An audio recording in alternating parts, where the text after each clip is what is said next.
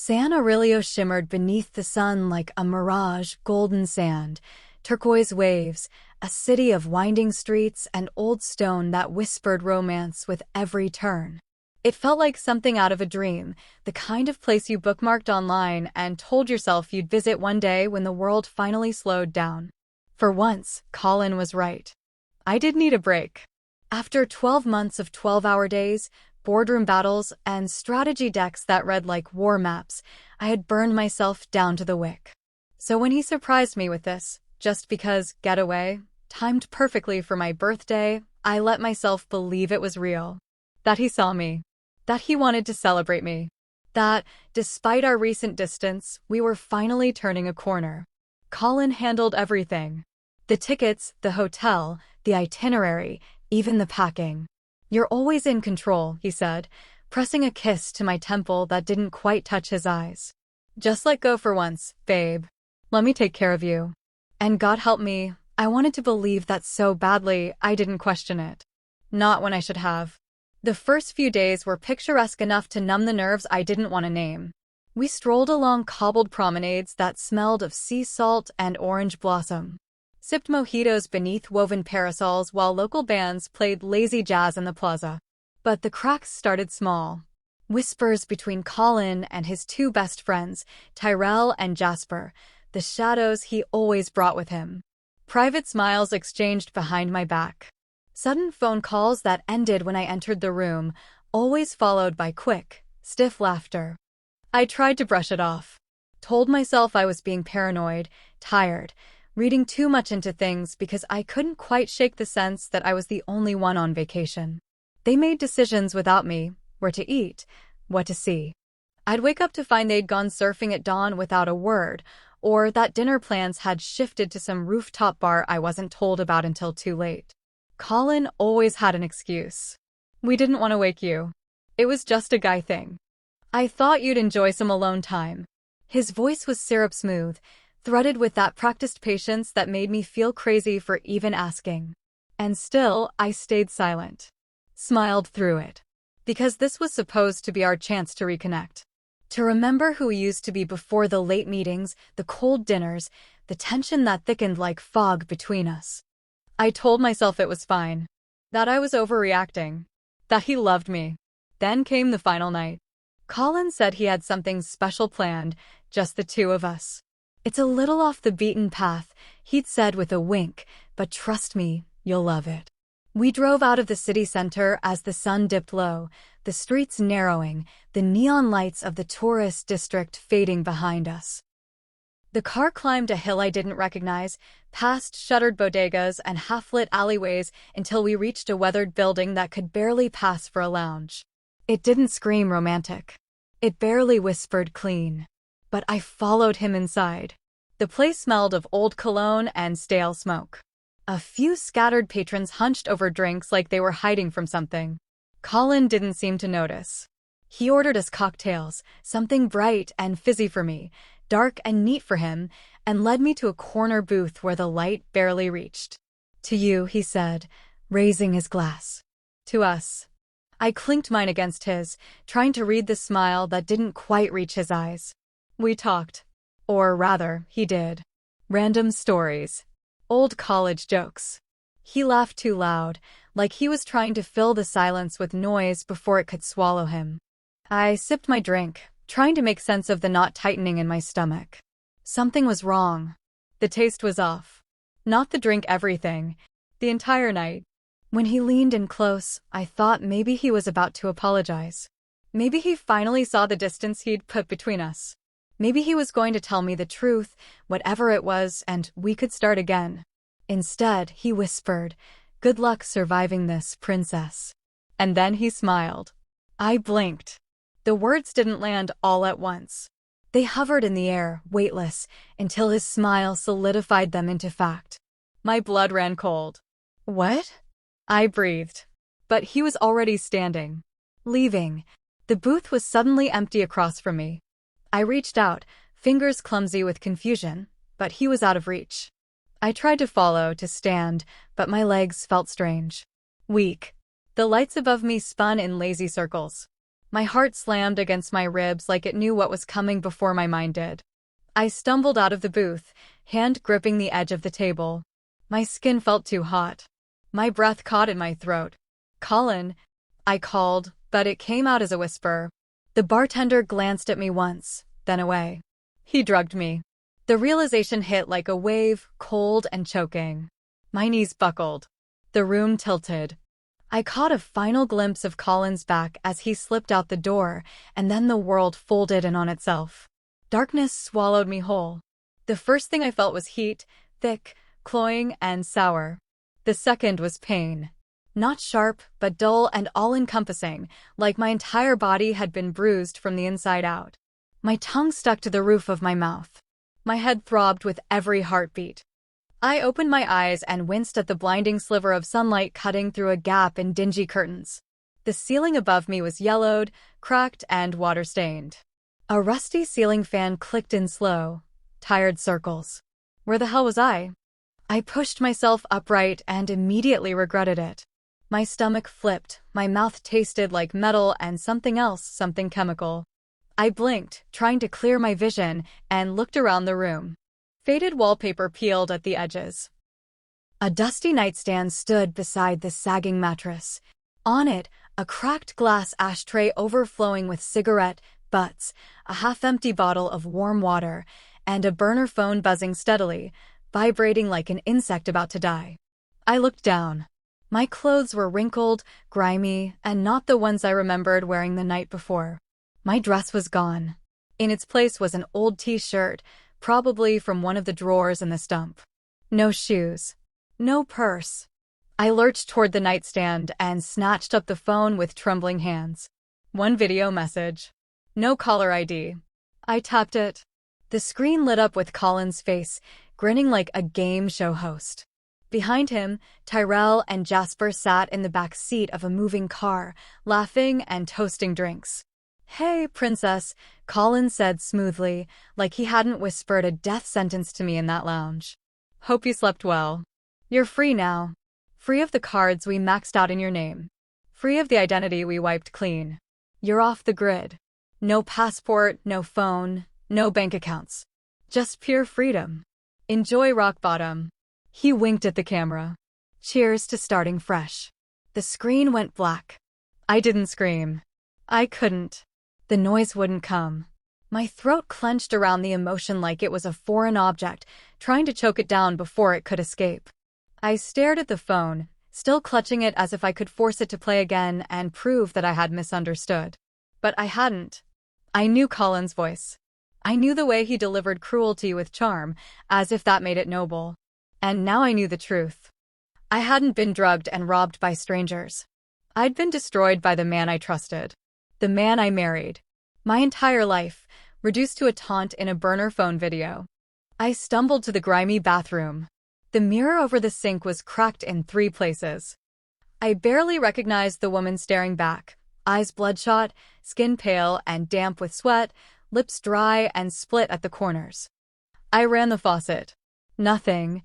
The shower squealed and sputtered rust-colored water. I backed away, hands shaking. They left me in this hellhole to rot.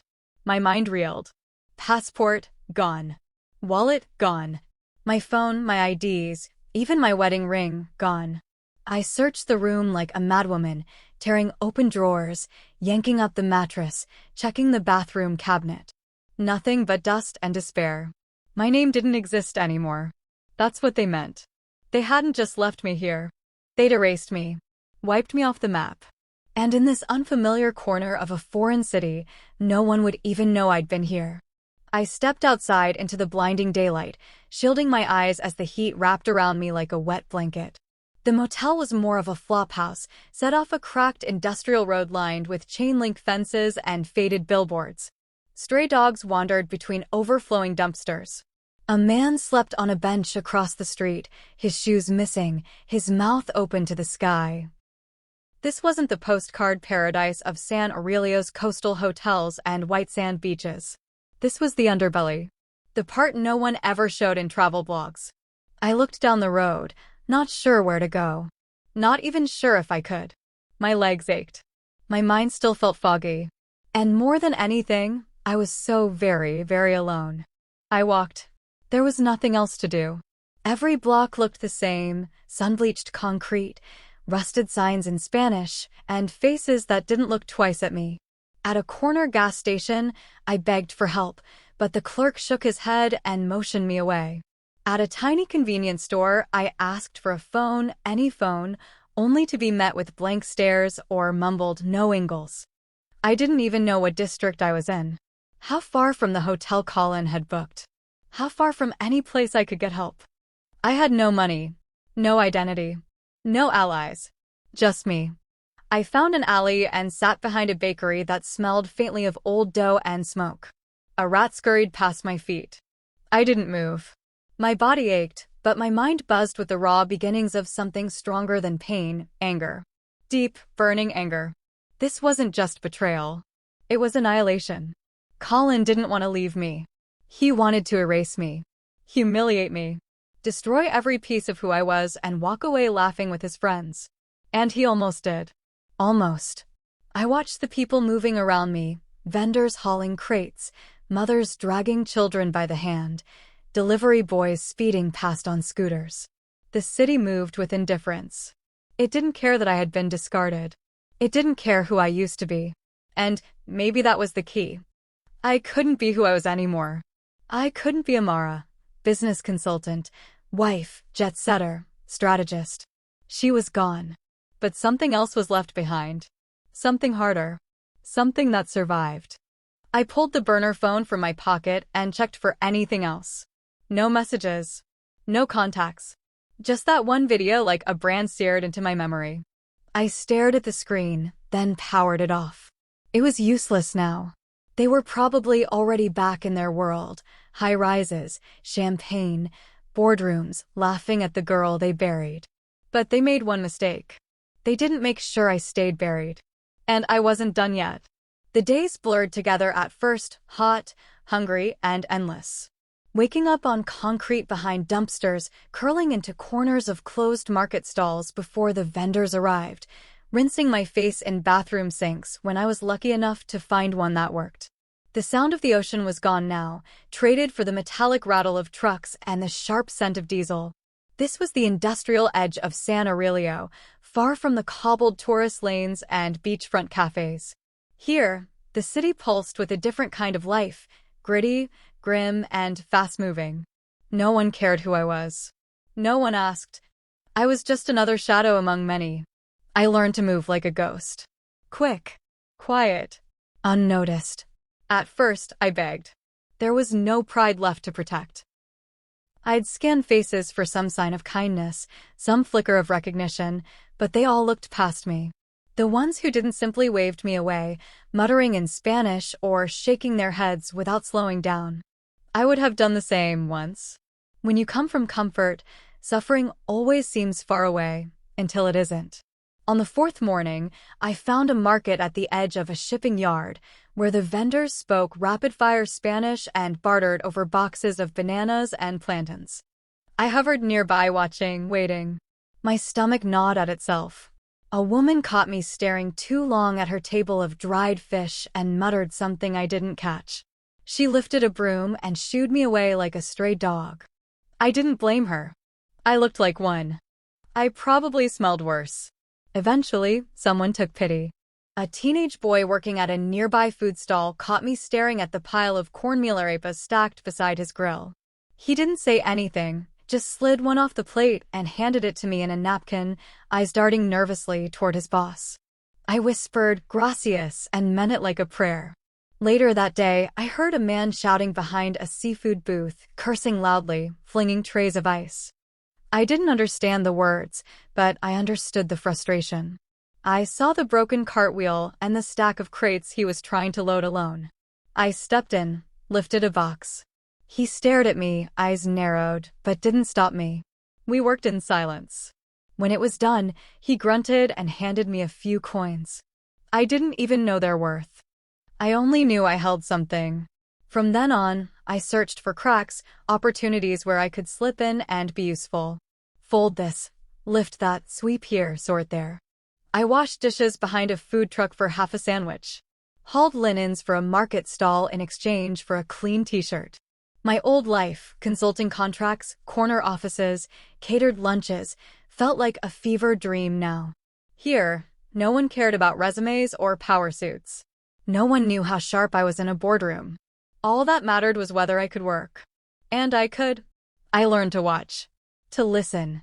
Spanish began to slip into my mind in broken fragments, enough to understand prices, directions, warnings. I memorized street names, the flow of pedestrian traffic, where to find shade during the hottest part of the day. I learned which vendors might offer leftover fruit and which ones would chase you off with a stick. I mapped the area in my head like I would a company, searching for leverage, weak points, advantages. It was instinct now, adapt or die. No middle ground. One day, while folding towels at a tiny roadside hostel where the owner let me work in exchange for sleeping in the laundry room, a memory surfaced. It came out of nowhere, like someone had whispered in my ear. Naomi. I stopped folding and stared at the wall, the name repeating itself in my mind like a dropped coin spinning in place. Naomi. We'd gone to university together. She had a sharp tongue and an obsession with international relations. Last I'd heard, she worked in diplomatic logistics, some kind of consultant for embassies or relief organizations. We hadn't spoken in years, but she'd always said, if you ever get stranded in some backwater country, I'm the girl who'll know what to do. Back then, I laughed. Now, I clung to it like a lifeline. But I had no phone, no laptop, no internet access. The burner phone Colin left had only played that one video. It was useless now, powered off, buried in the bottom of my makeshift backpack. Still, the idea lodged in my chest like a spark. Maybe this was my way out. My one thread of hope. If I could just find a way to contact her, maybe she could help me get home. Or at least confirm that I wasn't completely invisible. At the market the next morning, I returned to a vendor who sometimes let me sweep up in exchange for scraps. He was older, wiry, with kind eyes and a weathered voice. I had learned his name, Luis. After finishing my usual work, I pointed at his phone as he sat behind his table. Internet? I asked, clumsy but clear. He looked at me for a moment, then handed it over without a word. I thanked him a dozen times and opened the browser, my fingers shaking with anticipation. The keypad felt foreign, the sun glare made it hard to see, and the keyboard kept autocorrecting the email address. But after several tries, I managed to send a message to the last email I remembered for Naomi. I kept it short. Just my name, the words, I need help, and the city, San Aurelio. I hit send before I could second-guess it. Luis didn't ask questions when I handed the phone back. He just nodded once and passed me a bruised mango wrapped in newspaper. I bowed my head, grateful beyond words. For the next 2 days, I returned to him each afternoon, folding boxes and wiping tables, hoping he'd let me check again. The inbox was empty. And then, on the 3rd day, the reply came. 5 words. Contact Juno. Bar called La Niebla. She owes me. No hello. No sympathy. No questions. Just a name, a place, and a direction. It was enough. I read the message twice, then again, committing every letter to memory. Naomi was alive. She'd received my cry for help and answered the only way she knew how, with a connection. A lead. Something to grab onto in a world where everything else had slipped through my fingers. I didn't know who Juno was. I didn't know what La Niebla meant. But I would find out. Because for the first time since I woke up in that filthy motel room, I had a destination. And I wasn't going to stop until I got there. La Niebla. The name repeated in my head like a heartbeat, rhythmic and unrelenting. Fog. That's what it meant. The fog. Fitting, really. Everything in my life had turned into fog, memories clouded by betrayal, a future obscured by survival. But Naomi's message had sliced through the haze, clear and sharp. Contact Juno. Bar called La Niebla. She owes me. That was all I had. A name. A place. A connection I didn't understand. But it was more than I had yesterday, and in a world where even my name had been stripped from me, it was everything. The city was too big to search blindly, so I started asking questions. Carefully. Quietly, I returned to Luis, the kind-eyed vendor who had let me check Naomi's reply. He didn't know the bar, but pointed me toward a cluster of older neighborhoods near the old quarter. Bars like that, hidden, he said in slow Spanish. Ask the drivers. So I did. I spent the day circling cheap motels and bus depots, asking cab drivers in broken phrases if they'd heard of La Nibla. Most shrugged me off, uninterested in helping a dirty woman with no money. But late that afternoon, a young driver with a scar running down his cheek paused when I asked. See, he said. I know it. Not for tourists. Dangerous at night. His eyes flicked over me, uncertain. You sure you want to go? Yes, I said without hesitation. He didn't ask for a fare. Just nodded and gestured for me to get in. We drove through parts of San Aurelio I hadn't seen before, crumbling walls painted with street art, alleys that narrowed until buildings nearly kissed above us. This wasn't the city in the travel brochures. This was its skeleton. Raw and real. I sat silently in the back seat, clutching the thin strap of my borrowed satchel like it was a life vest. The heat had settled by then, but the air remained heavy, thick with the scent of exhaust and charred meat. The car rolled to a stop in front of a graffiti-covered wall. The bar's name wasn't posted anywhere.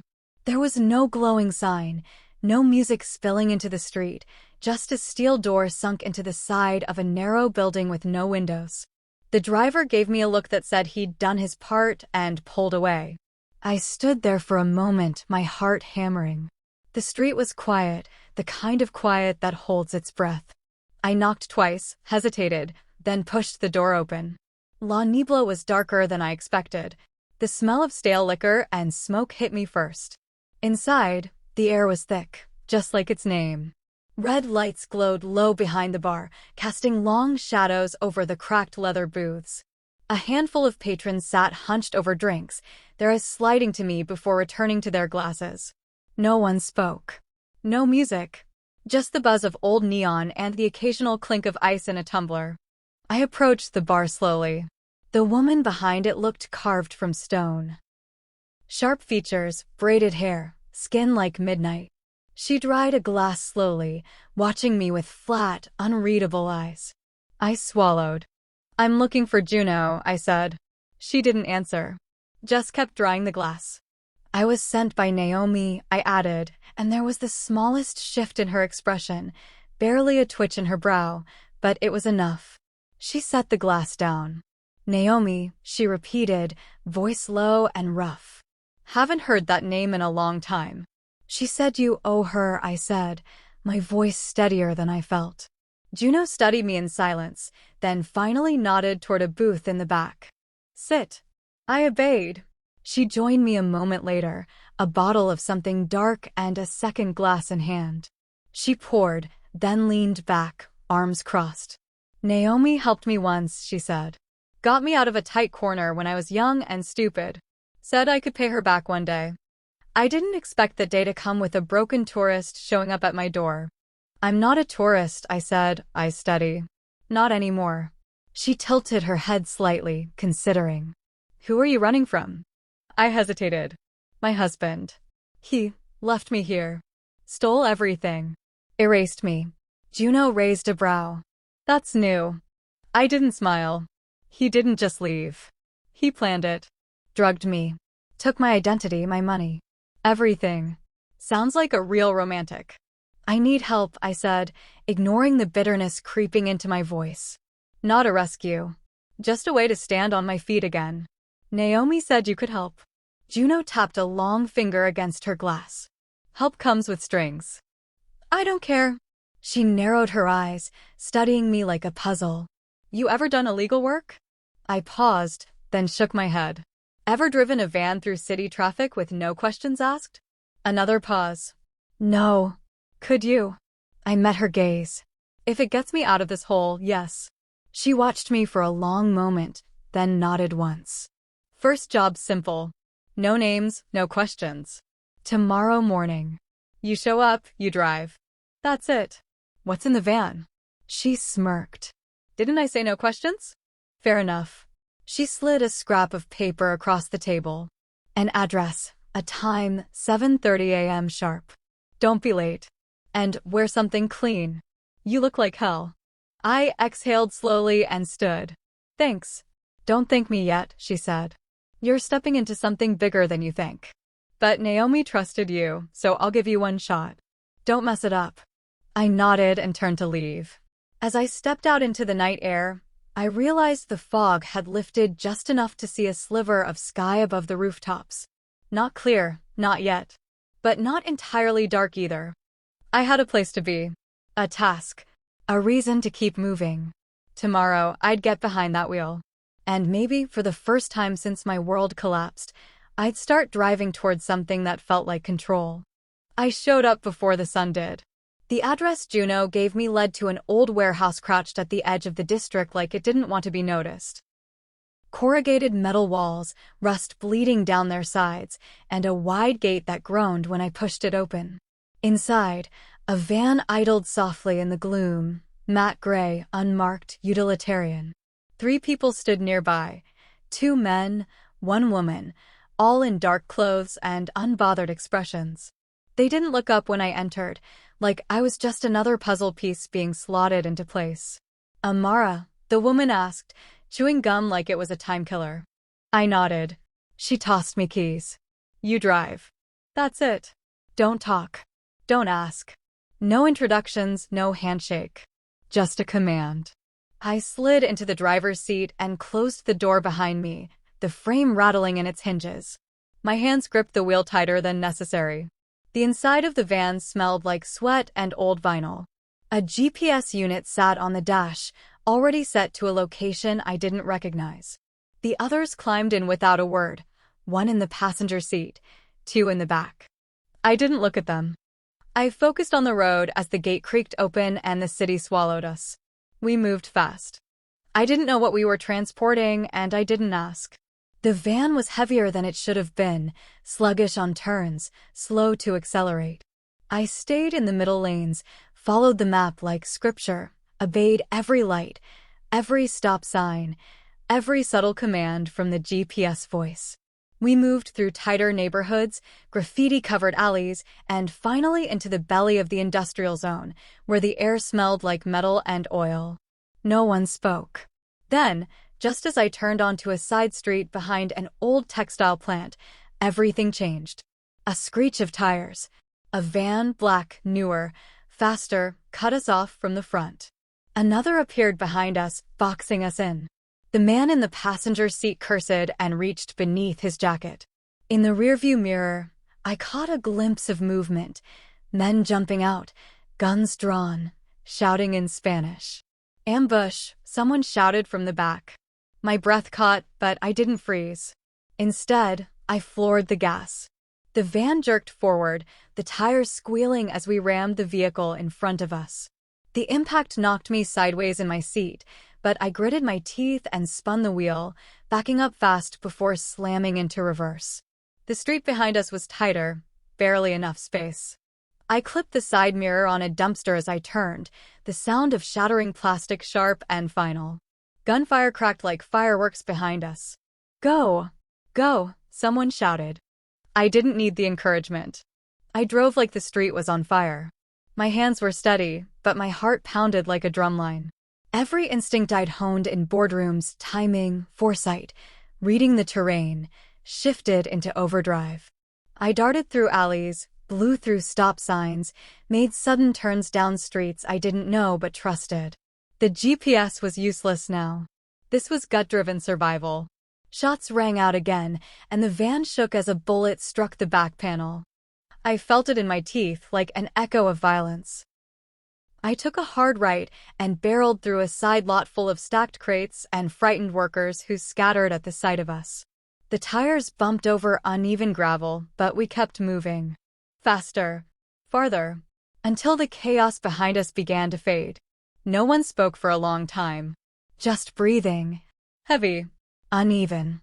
Finally, the man in the front said, "You didn't freeze." I glanced at him. No time to freeze. He smirked. Most first-timers panic. I didn't respond. My hands were still tight on the wheel. We switched vehicles 10 minutes later. An old garage, doors pulled open by someone already waiting, revealed a second van, cleaner, nondescript. The crew offloaded the cargo in seconds. I didn't look to see what it was. I didn't want to know. One of them handed me a towel soaked in ice water. I pressed it to my face, finally noticing how slick my skin had become. Sweat, adrenaline, fear. Juno arrived just before the sun reached its peak. She stepped from a black car, dressed in her usual black on black, sunglasses hiding her eyes. She said nothing as the crew explained. Just listened. Her arms crossed. Her face unreadable. When they were done, she turned to me. You got them out. I drove. You drove through bullets, in a foreign city, with people you don't know, and didn't crash. My voice was low. What's the alternative? Let them die. She studied me for a moment, then gave a single, sharp nod. You're not just another broken tourist. I didn't realize how much I needed to hear that until she said it. She handed me a brown envelope. It was thick, bills folded and stacked. I didn't count it. I just took it with both hands and nodded. With that money, I bought food, real food, not scraps. I bought clean clothes, a second-hand backpack, and a bed for the night in a room with a working lock and a ceiling fan that didn't wheeze. That night, I lay on my back, staring up at that slow-spinning fan, and let myself feel what I hadn't allowed myself to feel since Colin whispered those words into my ear: anger. It came in waves. Not the kind that left you breathless, but the kind that burned low and deep. A steady fire. Colin hadn't just abandoned me. He'd made me a target. An object. A disposable inconvenience. He didn't want a divorce, he wanted me erased. Forgotten. And if he thought he'd succeeded, if he was out there laughing with Tyrell and Jasper, thinking I'd disappeared into the shadows forever, then he didn't know me at all. I wasn't gone. I was evolving. This wasn't just about surviving anymore. It was about revenge. The next job came quicker than I expected. 2 days after the ambush, Juno sent word through one of her runners. No explanation, just a time and place. A barbershop that doubled as a backdoor operation hub, buried deep in a neighborhood where even the streetlights didn't bother to stay on. I didn't hesitate. The bruise on my shoulder from the last job still throbbed every time I moved, but I welcomed the sting. Pain meant I was still in this. Still alive. Still climbing out of the pit Colin tossed me into. Inside the barbershop, the mirrors were cracked and the chairs mismatched. The man sweeping the floor didn't look up when I walked in, but someone behind the counter did, a small woman with cropped hair and ink sleeves covering her arms. She gave me a once-over, then tilted her chin toward the back. She's waiting. Juno stood alone in a cramped office surrounded by maps, phones, and what looked like a wall of burner devices arranged like trophies. She barely acknowledged me. Instead, she slid a folder across the desk. Today's delivery is time-sensitive, she said, her tone clipped. Client's not our usual type. Wants face-to-face confirmation. Dangerous? I asked. Her lips twitched. Not quite a smile. Everything's dangerous. I opened the folder and scanned the route. It was tight. Too tight. There was barely a buffer between pickup and drop-off, and the path sliced through a high-traffic sector known more for its turf disputes than its hospitality. What's in the bag? You're asking now, she said with a raised brow. I held her gaze. Last time, we were lucky. I just want to know what I'm risking my life for. There was a pause, and then she said, encrypted data drive. High value. Military contractors. It's going to a buyer who doesn't trust couriers. That explained the face-to-face. And the risk. And the buyer? She shrugged. Calls himself El Blanco. Gringo with a god complex. You don't need to talk to him. Just show him the package and wait for confirmation before the handoff. Armed? Juno nodded. Of course. But so are we. I tucked the folder under my arm, steeling myself. Let's go. The warehouse for the pickup was different this time. Bigger. Guarded. A steel gate lifted only after a camera scanned my face. Inside, 2 men in full tactical gear handed over a locked case the size of a shoebox. One of them pointed at the case with a gloved finger. If it opens before delivery, the buyer walks. Got it. Got it, I said, and secured it in the van's false compartment. The city passed in blurs of color and movement as I followed the marked route. This time, it wasn't Juno's usual crew riding with me. I was paired with a man named Rafe and a younger woman called Lena, who chewed gum like she had something to prove. Both were quiet professionals, scanning the mirrors, watching corners, checking lines of sight. The tension was tighter than usual. We all felt it. Something about this job buzzed under the surface, like static before a storm. We reached the meeting point, an abandoned train station just outside the edge of the city. The place was a ruin of rusted steel and shattered windows, vines clawing through what used to be ticket booths. Rafe signaled for me to stay with the van while he and Lena went inside. Standard protocol. I stayed behind the wheel, engine idling, eyes scanning every shadow. That place was wrong. Too exposed. Too quiet. My instincts, sharp from the last near-miss, began to hum with warning. The first shot didn't sound like a gunshot at all. It was more like a whip crack, followed by the sound of shattering glass. Then Lena's voice burst through the calm, breathless, and urgent. It's a setup. Pull back. Now. My body moved before my brain caught up. I shifted gears and swung the van around, tires screaming against the cracked concrete. A second shot slammed into the side mirror, turning it into dust. I didn't wait. I hit the gas, heart pounding, eyes wild. In the rear view, I saw Rafe dragging Lena toward cover, but behind them, figures in black, armed and moving fast. Not cops. Not locals. Mercs. I tore down the broken access road, radio buzzing with static. We're compromised, Rafe's voice barked. They're not here for the drive, they're here for us. And suddenly, everything locked into place. Not just a risky job. Not just a buyer with control issues. This was a hit. I gritted my teeth and hit the brakes, spinning the wheel into a sharp U-turn. I'm coming back. Negative, Rafe barked. Protocol says. Protocol didn't factor in that they're trying to kill us. I reached the drop point again just as Lena staggered out from behind a pillar, clutching her arm. Rafe followed, firing a short burst from his weapon before ducking into the van behind her. Blood streaked her jacket. I didn't ask. I drove.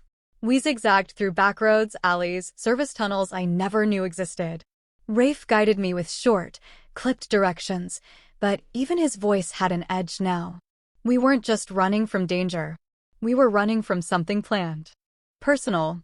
It wasn't until we reached a safe house, a quiet storage unit out near the hills, that the full truth slipped out. One of the ambushos had been left behind. Shot through the gut. He was still alive when Juno's cleanup crew dragged him inside, and even through the pain, he was talking. Rafe and I stood in the corner of the warehouse-turned-interrogation site, listening as Juno leaned over the man's twitching body, voice as smooth as ever. "Who hired you?" she asked. The man coughed blood and laughed. "Gringo. Paid well." Said the woman messed up his business. "What woman?" she asked. "The driver," he said, eyes fluttering toward me. "Said she had to disappear. No witnesses. Bad for his reputation." My stomach dropped. Colin. It didn't even feel real, not at first. Like I'd misheard. Like there had to be a mistake. But the words repeated in my ears over and over. The woman messed up his business. She had to disappear. He hadn't just wanted me ruined. He wanted me dead. Juno turned slowly toward me, her expression unreadable. "You know this man?" "I know the kind of man who would do this," I said. "He's American. His name is Colin Donovan. My husband." Silence fell like a curtain. Rafe whistled low. Lena stared at me from across the room, her arm freshly bandaged. Juno didn't speak for a long time. She walked over to a steel cabinet, opened it, and pulled out a fresh phone. She tossed it to me. "Your call." I stared at it. "What?" "Your life's no longer just survival." He made it personal. "So we adapt. You want out, walk. I won't stop you. You want in? Then understand what that means." I held the phone in my hand, felt its weight. Thought about Colin sitting somewhere with a whiskey in his hand, probably bragging about how cleanly he'd cut me from his life. How thorough he'd been. The accounts drained. The documents erased. The hit ordered. All of it calculated. He thought I was a loose thread. He didn't realize I'd become a blade. I looked up. The job just changed. Juno's mouth curved into something close to a smile. I thought it might. That night, I didn't sleep. I lay on the mattress inside the safe house, staring at the wooden beams above me. I thought about the version of me who stepped off the plane in San Aurelio, glasses perched on her nose, bag full of files, heart hoping for reconnection. She died in that lounge. Colin killed her with a smile and a whisper. And now, what was left behind was something sharper. Smarter. Harder. Colin thought he could kill me quietly. But ghosts don't die easy. The first time I saw Colin's face again, it was on a screen, an overexposed photo on a glossy article about emerging real estate entrepreneurs reshaping luxury development in South America. There he was, the man who tried to kill me, smirking in a tailored suit beside an infinity pool that overlooked the same city where he thought he'd buried me. The same city where I had clawed my way back to the surface with grit under my nails and rage in my chest. It wasn't just an insult. It was a challenge.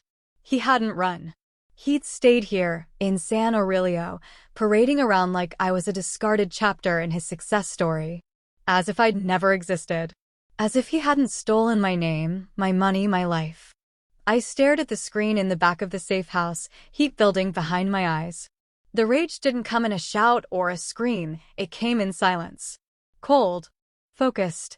Complete. Juno watched me from the other side of the room, arms crossed. You sure about this? I'm done running, I said. It's his turn now. She nodded, like she'd expected that answer. Then we start by shaking the tree. We went quiet for 3 days. Not a word. Not a move. While Juno's crew kept eyes on Colin's luxury movements, where he ate, who he met, where he slept, I worked in the shadows. First came the digital side. One by one, I accessed what I could of the remaining joint accounts I'd opened before the trip, those that Colin hadn't thought to close or reroute.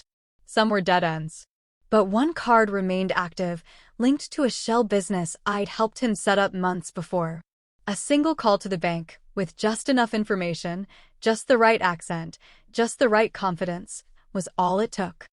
I canceled the card with a whisper and a smile. Next came the hotel reservation. Jasper, ever the peacock, had posted a tagged photo at a rooftop bar on the Grand Maris Hotel's penthouse level. It didn't take much effort to trace their booking. A few choice hacks by one of Juno's contacts gave me access to the back end. Cancel. Confirm. Gone. And then the phone calls. I knew Colin's patterns. He relied on a tight network of handlers, fixers, assistants. Most of them wouldn't take calls from unfamiliar numbers, but I didn't need them to answer. I just needed them to see my name on their screen. To know that Amara Donovan was alive and reaching out.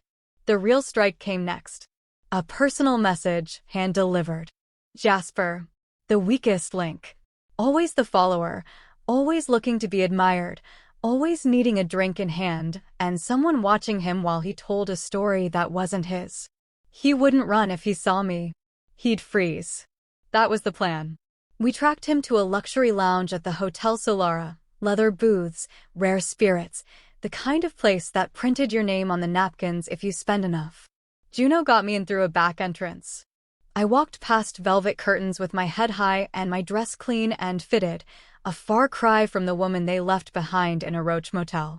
Jasper sat at the far corner, legs stretched out, swirling a deep red wine in a crystal glass.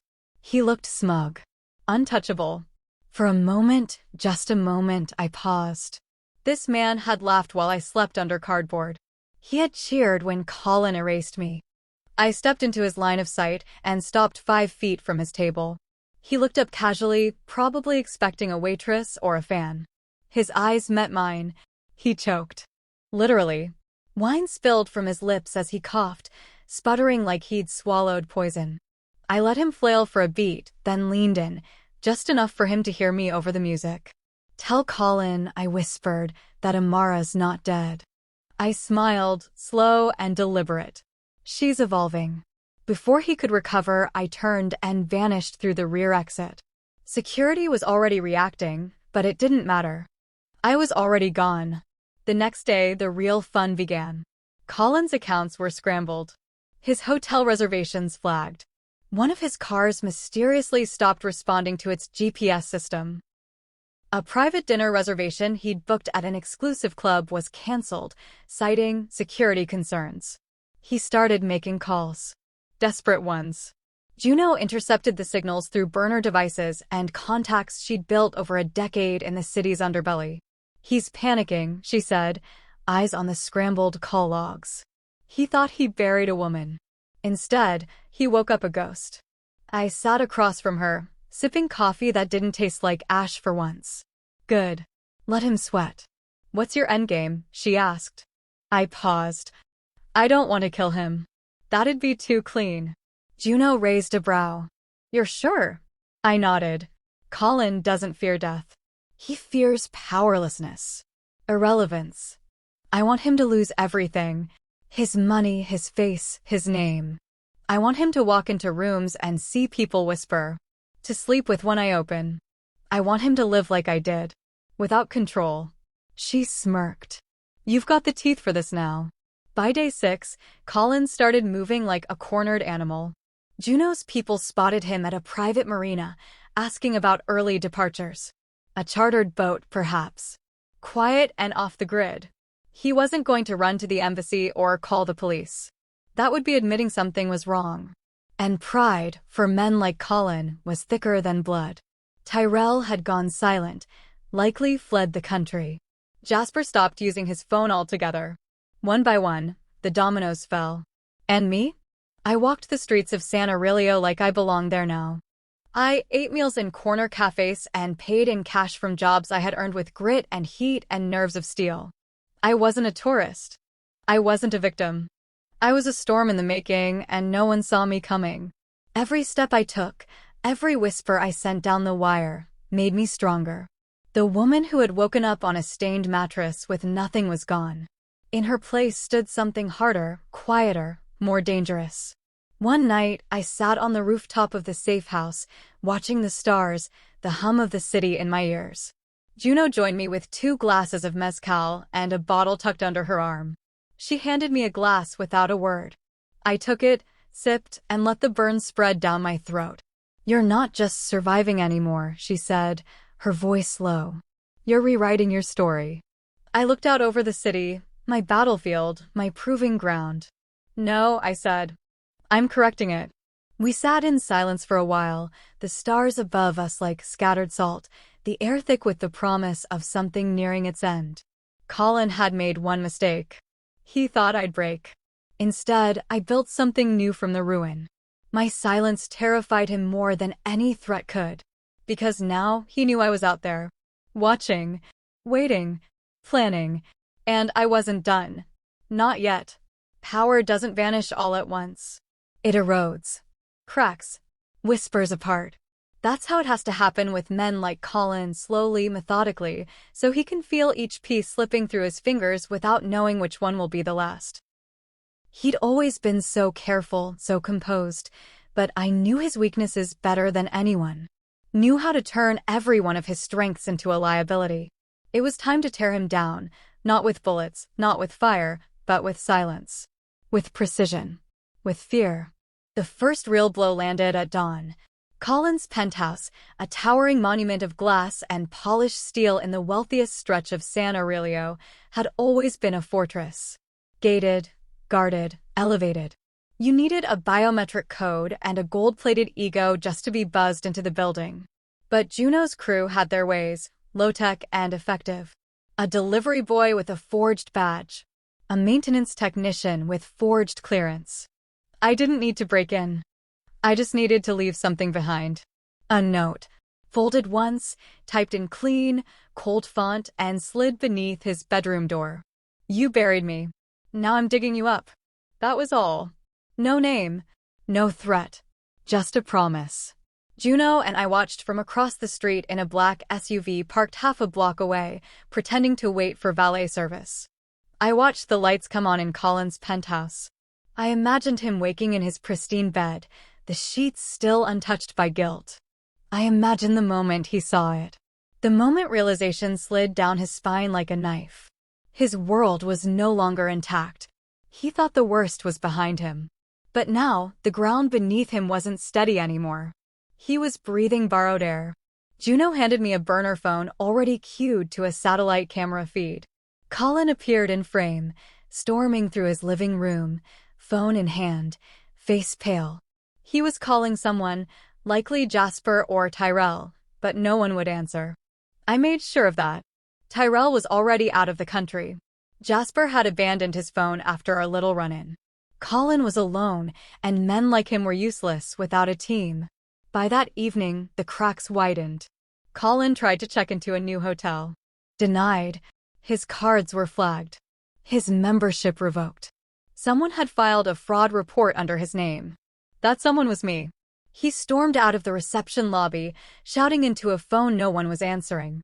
The thing about being erased is that you learn how to do it to others. I started dismantling the foundation beneath him, piece by piece. I accessed his cloud accounts using old credentials I remembered from our shared startup days. He never bothered to change the security questions. I scoured through years of hidden files, backup folders, old emails. And then I found it. Shell companies. Dummy LLCs. Dozens of them. Some tied to offshore accounts, some to fraudulent investments, fake development properties sold to real investors. One folder was labeled simply, Exit Plan. Inside, everything. Flight logs. False identities. Emergency contacts. He hadn't just planned to abandon me. He had planned to abandon everything when the time was right. I was just the first step in his escape. But I had something he never expected. I had the map. And I had Juno. We spent the next 4 days setting the house of cards on fire. First, we leaked internal documents, anonymously of course. Records of Colin's shell companies, cross-checked with fake invoices and fraudulent property deeds. We didn't send them to the authorities, not yet. No, we sent them to his investors. The high-net-worth types who didn't tolerate embarrassment, let alone betrayal. Men who smiled in public but ate their own when money was at stake. Next came the identity attacks. We had his bank numbers, his hotel bookings, even access to his corporate email. Juno's hacker, a quiet teenager who called himself Pico, created a stream of false messages. Refund requests. Address changes. Vacation cancellations. The kind of slow, administrative rot that would take days to untangle. And every day I left another message. A card under his windshield wiper. A napkin with his breakfast order. A receipt folded into his coat pocket, each one with the same line. I'm not gone. I'm watching. He changed hotels 5 times in 3 days. He hired new security. He stopped using his phone. And still, the silence crept in. I never confronted him face to face. I wanted him to feel hunted. By the end of the week, Colin's empire began to falter. One of his investors publicly pulled out, accusing Colin of inconsistencies. Another filed a lawsuit. An exposé ran in the local press, connecting the dots I'd scattered. Not enough to convict, but enough to poison. Colin's name was no longer whispered with admiration. It was whispered with suspicion. The real win, though, came when I saw him on the street for the first time since the lounge. He was thinner now. Pale. Dressed in clothes that didn't quite fit, as though he'd grabbed them from someone else's luggage. His walk was erratic. He looked over his shoulder constantly. He smoked. Colin hadn't smoked since college. His hands trembled as he lit the cigarette, and his eyes never stopped scanning the crowd. He knew I was somewhere out there. And not knowing when I'd appear next? That was eating him alive. I followed him through the crowd for 5 full minutes. He never saw me. I was no longer his wife. I was the ghost in his mirror. The thing he couldn't kill. That night, I called Naomi. She answered on the first ring. Hey, I said, my voice calm. Jesus, Amara, she breathed. You alive? I'm more than alive. A pause. Then, is it done? Almost. Just one more thing. Need help? I looked out over the city. No. I've got everything I need. Juno asked me once what I'd do when it was over. When he was broken and the score was settled. I didn't have an answer then, but I was starting to form one now. The woman who'd arrived in San Aurelio was gone. She died the moment Colin whispered betrayal in my ear. But the woman who rose in her place, the one who adapted, fought, bled, clawed her way back, that woman didn't just want justice. She wanted clarity. I didn't want to carry the weight of revenge forever. But I wasn't going to let him forget. Not ever. He needed to live in the ruins he built. And I would make sure every wall that collapsed echoed with my name. I sat across from Juno one final time in the safe house, the city humming low outside the windows. We didn't say much. She poured us each a glass of that smoky mezcal she favored. We toasted in silence. She looked at me, eyes sharp as always. "You're not a client anymore," she said. "You're a player." I nodded. "You walking away after this?" "Not yet," I said. "There's one more night." She didn't ask what I meant. She just raised her glass again. "Make it count." I intended to. The sea was dark that night, deeper than black, like it held every secret I'd buried inside me since that cursed birthday trip. San Aurelio's Pier District was always humming in the background, fishermen unloading crates, dogs barking in alleys, lanterns swinging in the breeze, but tonight, the water was silent. As if even the ocean knew this was an ending. Midnight. Pier 39. Bring nothing. Come alone. That was the message I sent Colin. 3 lines. No explanation. No signature. Just a summons. I didn't expect him to come. Not really. But some part of me hoped he would. Not because I wanted to see him. Not because I wanted closure.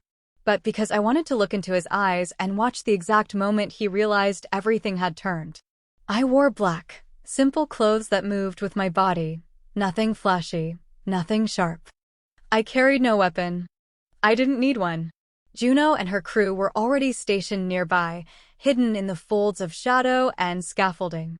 They wouldn't interfere unless I gave the signal. This was my reckoning. No noise, no theatrics, just the truth. The air smelled like rust and salt as I stood at the edge of the dock, watching the tide lap at the pylons. I listened for footsteps over the wood, each creak of a plank setting my heart into a steady rhythm. When I finally heard him approach, it wasn't the sound of swagger or confidence. It was slower, hesitant. He came, didn't turn around right away. I gave him a moment to see me, to take in that I was real, not a nightmare or a rumor. Then I turned. Colin stood 20 feet away, dressed in a white shirt that clung to him with sweat, sleeves rolled up, face unshaven, eyes darting. "Amara," he breathed. Jesus Christ. He looked worse than I'd imagined, sunken cheeks, bloodshot eyes, paranoia in every twitch. There was no trace of the man who once wined and dined business executives, no glimmer of the smile that could close a 6-figure deal. He looked like someone who hadn't slept in days. Someone who kept one eye on every shadow. "Good. Hello, Colin." He stepped closer, almost cautiously. What is this? Are you going to kill me?" I almost laughed. "No, Colin. I don't need to kill you. You've already done most of the job yourself." He ran a hand through his hair, glancing behind me as if expecting police or a sniper or some final act of vengeance. "What do you want? Money?" "I don't have it anymore. The account's gone," I said flatly. "I know." His mouth opened and closed like he didn't know what to say. "How are you even alive? You were, God, Amara, you were gone." "No," I said. "I was discarded." He flinched. "Good. Let the word sting." I took a step toward him, slow and deliberate. "You left me in a city where I didn't speak the language, with no ID, no money, no phone. You erased me, Colin. You and your little friends laughed about it in a video." I panicked, he said quickly. "It wasn't supposed to go that far." I was desperate. The debts were. "Don't," I said, my voice dropping to a near growl. "Don't you dare tell me about desperation. You chose this. You planned it." He swallowed. "I didn't know they'd try to. I didn't mean for anyone to." "Kill me?" I asked, raising a brow. Funny, because a man said otherwise. A dying man said an American paid for a hit on a woman who was bad for business. That sound familiar?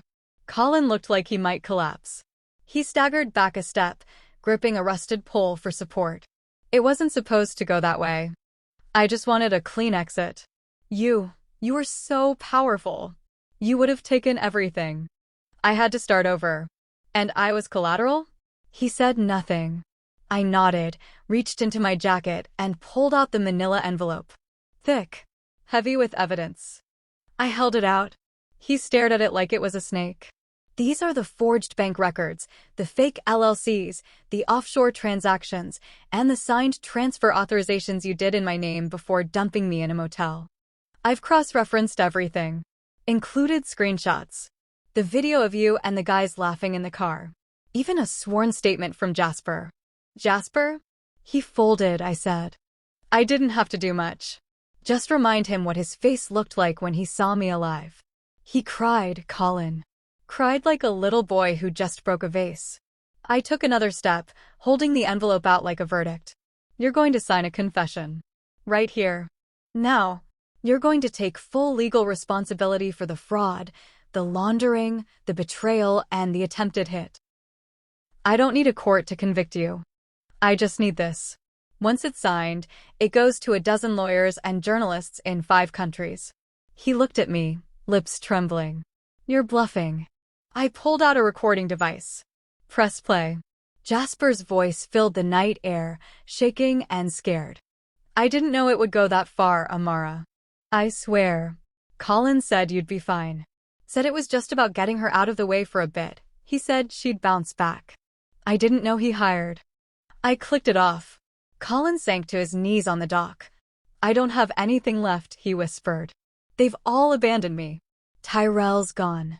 Jasper's hiding. The investors pulled out. I'm drowning. Then sign. I dropped the confession onto the dock. A pen beside it. He reached for it with trembling fingers. His name scratched across the page like a death rattle. I bent down, picked it up, folded it back into the envelope. Slid it into my jacket. Then I leaned in. You're not going to prison, Colin, I whispered. That would be too easy. You're going to live. You're going to wake up every day wondering if it's the one where I come back. You're going to flinch every time you see a woman in a crowd who walks like me. You're going to carry the weight of this in your chest like broken glass. He looked up at me, eyes red and wet. Please. I'm sorry. I was stupid. I lost everything. No, I said, stepping back. You gave it away. For what? A second chance? A new life without the woman who made your name mean something? He didn't answer. I turned and walked away. Didn't look back. Didn't need to. Behind me, Juno and her crew stepped from the shadows. They didn't say a word. Just watched as I disappeared down the dock, the night swallowing my footsteps. I didn't cry. I didn't smile. I just breathed. For the first time in months, I felt the air fill my lungs all the way. No pressure. No panic. Just breath. I wasn't his anymore. I was mine. The plane touched down just after midnight, its wheels groaning against the runway as if the metal itself knew the weight I carried. I stared out the window at the tarmac lights, blinking like distant warnings. The skyline was familiar. The air felt colder. I wasn't the same woman who'd left this country with a suitcase full of trust and a husband by her side. That Amara had died somewhere between a cocktail in a lounge and a whisper meant to kill her. This version of me didn't tremble. She calculated. I stepped through immigration with documents that bore my new name, Amara Devlin. Juno's contacts had arranged everything, the passport, the travel history, even a forged backstory built on a fabricated consultancy firm in Brazil. The agent flipped through the pages, barely glancing up before stamping me through. Outside, the city hummed like it always had, car horns in the distance, a chill wind rattling through steel and stone. I hailed a cab, gave the address of a modest hotel tucked between office buildings, and leaned my head against the window as the driver pulled away. Neon signs glowed against glass towers. The world hadn't stopped. My disappearance hadn't made the evening news. My face hadn't been splashed across tabloids. Just like Colin wanted. I had vanished and then reemerged with new skin, new fire. My first week back was quiet.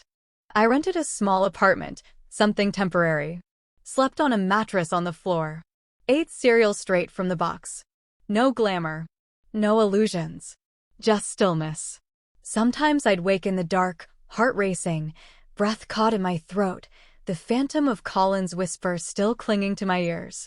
But then I'd remember his face on that dock, defeated, broken, hollow, and I'd breathe again. Every day I rebuilt something. A new email address. A quiet freelance profile.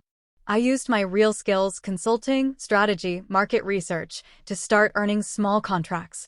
Money came in steadily. I wasn't rich. I wasn't aiming to be. I just wanted to live on my own terms. Freedom, I realized, wasn't loud. It didn't arrive with champagne or applause. It was slow, sacred. It was mornings where I didn't have to lie about where I'd been or shrink myself to make a man feel big. It was walking into a room without flinching, knowing no one owned a piece of me. But I wasn't done. Not quite. Because I still thought about him. About Colin. Not every day, not with the heat I once did. But in flashes. In moments. Like a scar aching before a storm. And I'd promised him something. That he would live. And never stop looking over his shoulder. I just hadn't said how long that would last. 3 months passed. Winter came. A soft one, the kind that dusted the streets with light snow that melted before noon. I started sleeping through the night. Made friends with a neighbor who worked odd hours like me. I stopped checking the news for signs of Colin's collapse. Then, one afternoon, while sorting through emails on a client account, a notification popped up. An address ping. From a secondary trace I had set up on one of Colin's burner accounts, one he thought I hadn't found. It led to a cheap apartment complex outside the city. Far from the luxury hotels and cocktail parties he used to haunt. The kind of place where broken men went to disappear. I stared at the address for a long time. Then I stood, put on my coat, and left. The building was exactly what I imagined, gray, tired, anonymous. The kind of place that didn't ask questions. I didn't knock. I waited. Watched. Apartment 4B. The lights were on. He stepped out to smoke just before midnight. Colin. He looked thinner. Older. His hair was longer, messier. He wore a hoodie with holes in the sleeves, his once polished loafers replaced with tattered sneakers. He moved like a man whose nerves had been frayed to threads, head turning constantly, hand twitching at every sound. I stepped out from the shadows. He froze. His cigarette slipped from his lips and hit the concrete with a faint hiss. For a long moment we didn't speak. Then, in a voice cracked and quiet, he said, "Amara." I walked closer, stopping just beyond arm's reach. "You look terrible." He swallowed. I thought. I didn't think I'd ever see you again. That was the point. He looked down at the ground, at the remnants of the life he'd destroyed. "I'm sorry. You said that last time." He winced. "What do you want from me?" "I already took everything," I said. "Money. Status. Power. That part's done." He looked at me then, really looked, eyes full of something that might have once been pride, but now just looked like shame. "Then why are you here?" I stepped closer. "Because you're waiting. Every day, you wake up wondering if I'm still watching. If I'm coming back. If the floor under you is going to crack open. You live in fear, Colin." His mouth opened, but no sound came. I leaned in, close enough for him to feel my breath. "I just wanted to remind you, you're right to be afraid." He looked at me like a man staring into the past, into the moment everything unraveled. "Please," he whispered, "forgive me." I smiled. "I want you to live, Colin. Not because I forgive you, but because living with what you did, that's justice." And then I walked away. Didn't look back. I never saw him again after that.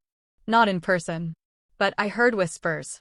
Through back channels, through clients in the corporate underground who didn't know our history but spoke of the name with a shake of the head. Colin Donovan. The guy who fell. The guy who had it all, then lost it overnight. Some said he fled again. Some said he changed his name. But no one trusted him. His face had become a warning, not a promise. He was poison in a business suit. And me? I built a life. Not the one I once dreamed of, but a real one. I started my own consultancy under a new name, working with small firms, nonprofits, companies that needed real strategy and not polished lies. I rented a sunlit apartment on the edge of a city that didn't ask who I used to be.